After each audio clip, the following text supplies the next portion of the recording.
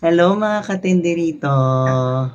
Tinda dito, tinda doon. At welcome sa ating YouTube channel, Tindahan ni Nanay, Tayo Lang Nagbabantay. And for today's video ay mapapanood natin ang iba't ibang uri ng mga customers sa isang sari-sari stores. Pero bago natin simulan ito, pagbentaan muna natin si intro. Intro, pasok!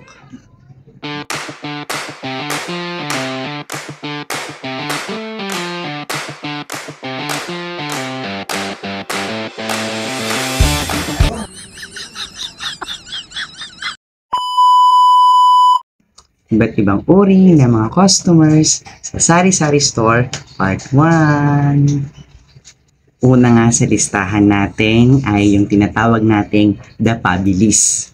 Sila yung mga customer na laging nagmamadali.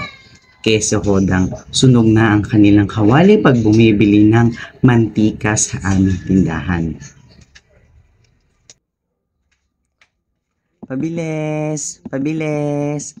Pabilis, pabilis, pabilis, pabilis nga po. Ano yun?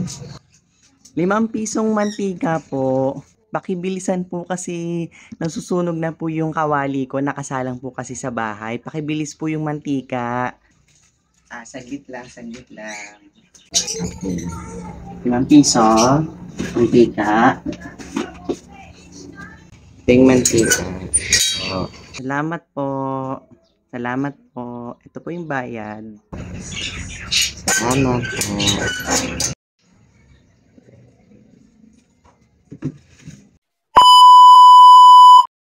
At pangalawa naman po sa ating listahan ay yung tinatawag nating The Ghost. Sila naman yung mga uri ng customer na kapag bumili sa'yo, isang beses tatawag. Kapag hindi ka pumunta kaagad, ay nawawala na lang sila. Nawawala na lang silang bigla sa inyong tindahan.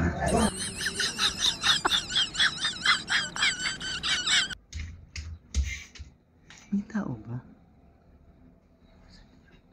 Pabili! Wala yatang tao. Pabili! Ano yun? Ano yun? Ano yun? Ano yun? Kasi custom.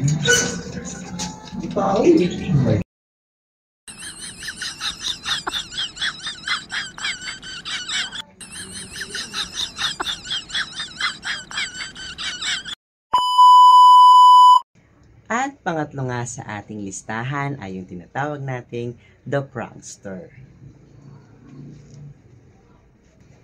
Sila naman yung mga customers na kapag tumawag ay pabili. Pero kapag naibigay mo na yung kanilang bibilhin, sabay sasabihin nilang, pakilista na lang po muna.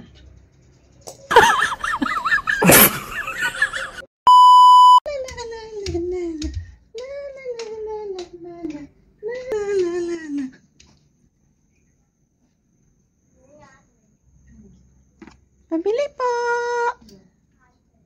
Pabili po!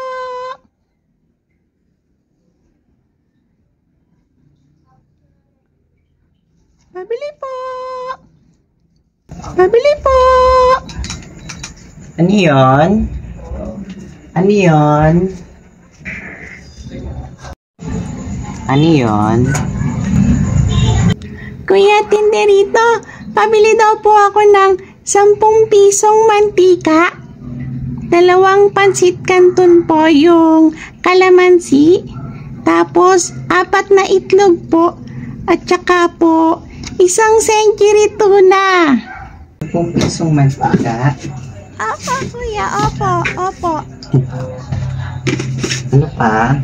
2 pansit canton. 2 pansit canton. Kalamansi. 4 na itlog. Opo, kuya. Opo, opo. At ano pa? Century tuna.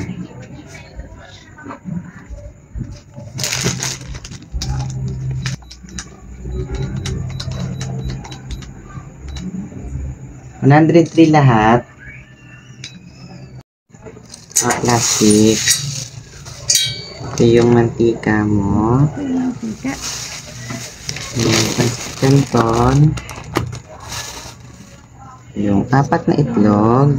1, 2, 3,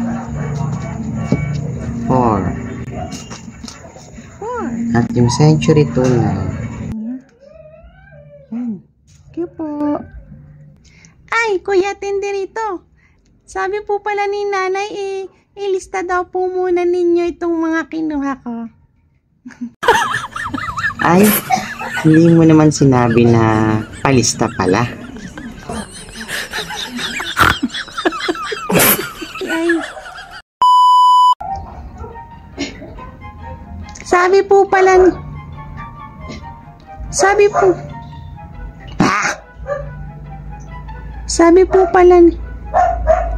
Ba yung mga aso na yan? Tahulan ng tahulan.